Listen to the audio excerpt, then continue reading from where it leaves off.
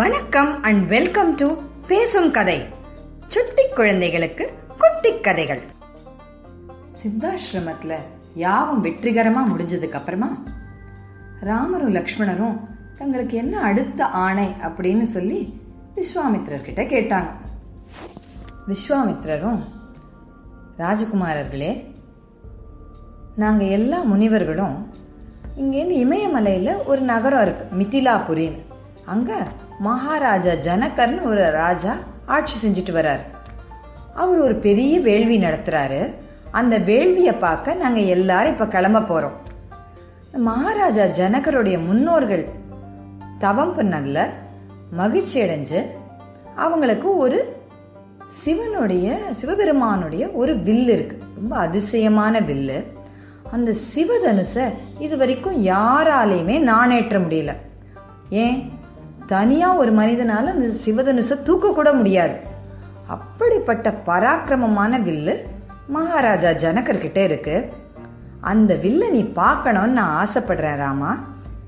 நீங்க 2 பேரும் எங்களோட மிதிலாபுரிக்கு வரீங்களா அப்படின்னு விஸ்வாமித்திரர் கேட்டார். உடனே ராமர் சொன்னாரு, குருதேவா, நீங்க என்ன ஆணையிடுறீங்களோ அதுபடி நடக்கணும்னு எங்க அப்பா எங்களுக்கு சொல்லி அனுப்பிச்சிருக்காரு. அதனால நீங்க எங்க கூப்பிடுறீங்களோ நாங்க கண்டிப்பா வரோம், நாங்களும் உங்களோட வரோம் அப்படின்னு சொன்னார். உடனே விஸ்வாமித்திரர், அவரோட இருந்த முனிவர்கள், ராமர், லக்ஷ்மணர் எல்லாரும் மிதிலாபுரியை நோக்கி கிளம்பினாங்க. இந்த மிதிலாபுரிங்கிற இடம் இப்ப நாம சொல்லக்கூடிய நேபாள்ங்கிற கண்ட்ரியில இருக்கு. இப்போ அந்த இமயமலையில இருக்கிற அந்த நகரத்துக்கு போனோம்னா அவங்க கங்கையை கடந்துதான் போகணும். அப்படியே மெதுவா போய் கங்கை கரைக்கு வந்தாங்க. உடனே விஸ்வாமித்திரர் ராமரையும் லக்ஷ்மணரையும் பார்த்து, இந்த புனிதமான கங்கையை பூமிக்கு கொண்டு வந்த ஒரு பெரிய வேலையை செஞ்சது உங்களுடைய முன்னோர்கள்ல ஒருவர் தான். ராஜகுமாரர்களே, நான் இந்த கங்கையோட கதைய அவ எப்படி பூமிக்கு வந்தாங்கிறத இப்ப உங்ககிட்ட சொல்றேன் அப்படின்னு சொன்னார். பர்வதராஜனான ஹிமவானுக்கும் அவனுடைய மனைவியான மனோரமாக்கும் 2 பெண் குழந்தைங்க இருந்தாங்க. பெரிய பொண்ணு பேரு கங்கா, 2வது பொண்ணு பேரு உமா. புனிதமான கங்கைய தேவலோகத்துக்கு அனுப்பும்படி தேவர்கள் பிரார்த்தனை பண்ணாங்க. அதனால ஹிமவான் தன்னுடைய மூத்த மகளான கங்கையை தேவலோகத்துக்கு அனுப்பிட்டார். 2வது மகளான உமா சிவபெருமானத்தான் கல்யாணம் பண்ணிக்கணும்னு நினைச்சு கடும் தவம் பண்ணி சிவபெருமான கல்யாணம் பண்ணிக்கிட்டாங்க. இது ஒரு பக்கம் இருக்க, இக்ஷ்வாகு குலத்துல சகர மகாராஜான்னு ஒரு மகாராஜா இருந்தார். அவருக்கு 2 மனைவிகள் இருந்தாங்க, கேசினி, சுமதி. அவங்களுக்கு ரொம்ப காலம் குழந்தை இல்லாதனால பிருகு முனிவர் கிட்ட போய் பிரார்த்தனை பண்ணாங்க. அவருடைய பிரார்த்தனையால ரொம்ப சந்தோஷப்பட்ட பிருகு முனிவர் அவங்களுக்கு ஒரு வரம் கொடுத்தார். உங்க 2 பேருக்கும் நல்லபடியா ஆண் குழந்தைகள் பிறப்பாங்க. ஆனா ஒருத்தருக்கு இந்த குலத்தை வளர்க்கிற, இந்த வம்சத்தை வளர்க்கக்கூடிய மாதிரி ஒரே ஒரு மகன் தான் பிறப்பான். இன்னொரு பெண்ணுக்கு 60,000 வீரமிக்க ஆண் மகன்கள் பிறப்பாங்க. யாருக்கு என்ன மாதிரி வேணும்னு சொல்லுங்க அப்படின்னு சொன்னார். உடனே சகர மகாராஜாவோட மனைவியான கேசினி சொன்னா, இந்த வம்சத்தை வளர்க்கக்கூடிய ஒரு குழந்தை எனக்கு போதும். சுமதி சொன்னா, எனக்கு 60,000 வீரமிக்க மகன்கள் எனக்கு குழந்தையா பிறக்கட்டும் அப்படின்னு சொன்னான். இந்த சுமதி யாருன்னா மகாவிஷ்ணுவோட வாகனமான கருடனோட சகோதரி. இதே மாதிரி அவருடைய ஆசீர்வாதத்தை வாங்கிட்டு திருப்பி அவங்க தன்னுடைய மாளிகைக்கு வந்துட்டாங்க.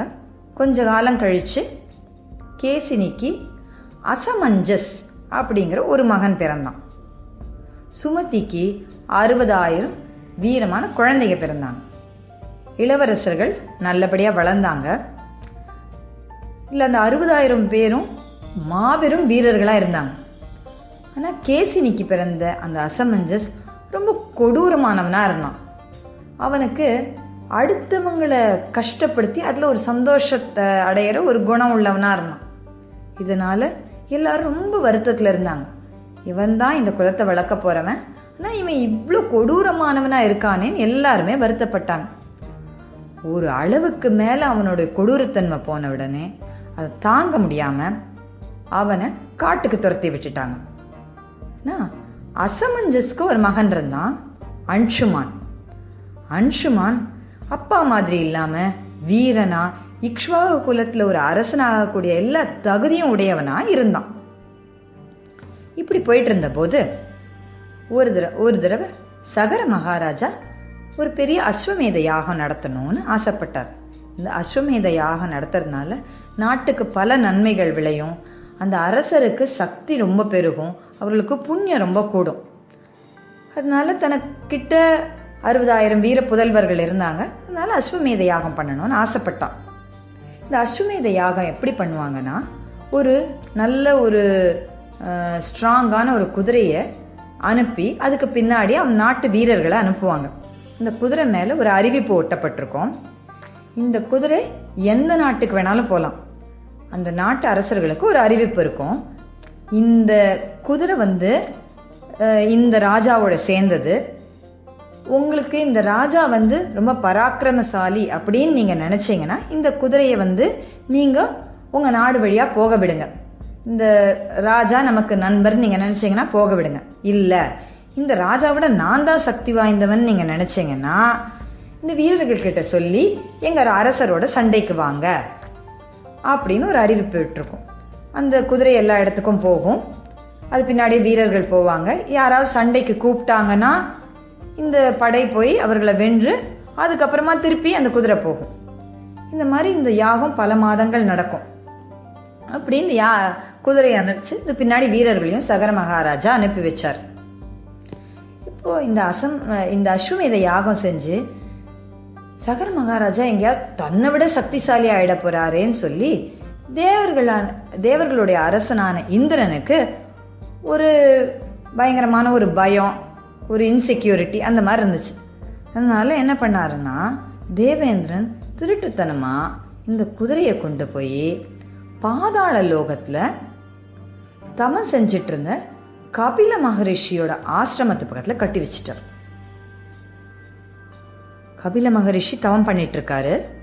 அவர் பக்கத்துல இந்த குதிரையை கட்டி வச்சிட்டார். எதுக்காகனா, இப்போ இந்த குதிரையை தேடி எல்லாரும் வருவாங்க. அங்க அவங்க பண்ற சத்தத்திலையும் அவங்க பண்ற கலாட்டாலையும் கபில முனிவர் மட்டும் தவத்திலேருந்து கலைஞ்சு வந்துட்டார்னா அவருடைய கோபத்துக்கு இவங்க ஆளாயிடுவாங்க. அஸ்வமேத யாகம் பூர்த்தியாகாது. இதுக்காக இந்த மாதிரி ஒரு பயங்கரமான பிளானை போட்டு இந்திரன் கொண்டு போய் அங்க அந்த குதிரையை மேய விட்டுட்டார். இப்போ குதிரை காணோன்னு வீரர்கள்லாம் போய் சகர மகாராஜா கிட்ட சொன்னாங்க. எங்க போச்சுன்னே தெரியல அப்படின்னு சொன்னாங்க. உடனே சகர மகாராஜா தன்னோட 60,000 வீர புதல்வர்களை கூப்பிட்டு பூமியில எங்க இருந்தாலும் இந்த குதிரையை தேடி கண்டுபிடிச்சு கொண்டு வாங்கன்னு சொன்னார். எல்லாரும் போனாங்க. பூமி முழுக்க தேடினாங்க. குதிரை கிடைக்கல. திருப்பி ராஜா கிட்ட சொன்னாங்க, குதிரை கிடைக்கல அப்படின்னு. உடனே மகாராஜா சொன்னார், ஒருவேளை யாராவது பாதாள லோகத்தை கொண்டு போய் ஒளிச்சு வச்சிருக்கலாம். பாதாள லோகத்துல போய் தேடுங்க, சீக்கிரமா அந்த குதிரையை எடுத்துட்டு வாங்க. ஏன்னா குதிரை இல்லாம யாகத்தை பூர்த்தி பண்ண முடியாது. ஒரு யாகத்தை பாதியிலேயே சரியா பூர்த்தி பண்ணாம விட்டுட்டா இந்த நாட்டுக்கு பெரிய கேடு வரும். அதனால இந்த யாகத்தை எப்படியாவது பூர்த்தி பண்ணும். எவ்வளவு சீக்கிரம் முடியுமோ அவ்வளவு சீக்கிரம் அந்த குதிரையை மீட்டு எடுத்துட்டு வாங்கன்னு சொன்னார். அவங்களும் குதிரையை தேடி பாதாள லோகத்துக்கு போக ஆரம்பிச்சாங்க. ஆனா வழியில அவங்களுக்கு யார் யார் மேலாம் சந்தேகம் வந்தோ அவங்களெல்லாம் துன்புறுத்தி கேட்டாங்க. நான் அவங்களுக்கு அவசரம், சீக்கிரமா அந்த குதிரையை எப்படியாவது திருப்பி கொண்டு வரணும். யாரெல்லாமோ அடிச்சாங்க, உதைச்சாங்க, நிறைய பேரை கொன்னாங்க. அப்படி நிறைய பேரை கேட்டு கேட்டு கேட்டு கேட்டு பாதாள லோகத்துக்கு போய் சேர்ந்தாங்க. அங்க கபில முனிவரோட ஆசிரமத்துல இந்த குதிரை இருக்கிறத பார்த்தாங்க. ஆஹா, குதிரை கிடைச்சிடுச்சுன்னு உங்களுக்கு ஒரே சந்தோஷம். பக்கத்துல தவத்துல இருந்த கபில முனிவரை உங்களுக்கு யாருன்னு தெரியல. யாரோ இதை எடுத்துட்டு வந்த திருடன் தான் இப்ப முனிவர் மாதிரி வேஷம் போட்டுட்டு தங்ககிட்ட தப்பிக்கிறதுக்காக உட்காந்துருக்கான்னு நினைச்சு கபில முனிவரை பிடிச்சு அவங்க அப்பா கிட்ட எடுத்துட்டு போனா ஒரு மேல பாஞ்சாங்க. தன்னுடைய தவம் கலைஞ்சதுனால கபில முனிவர் பயங்கர கோபமாகி கண்ணை திறந்து பார்த்தார்.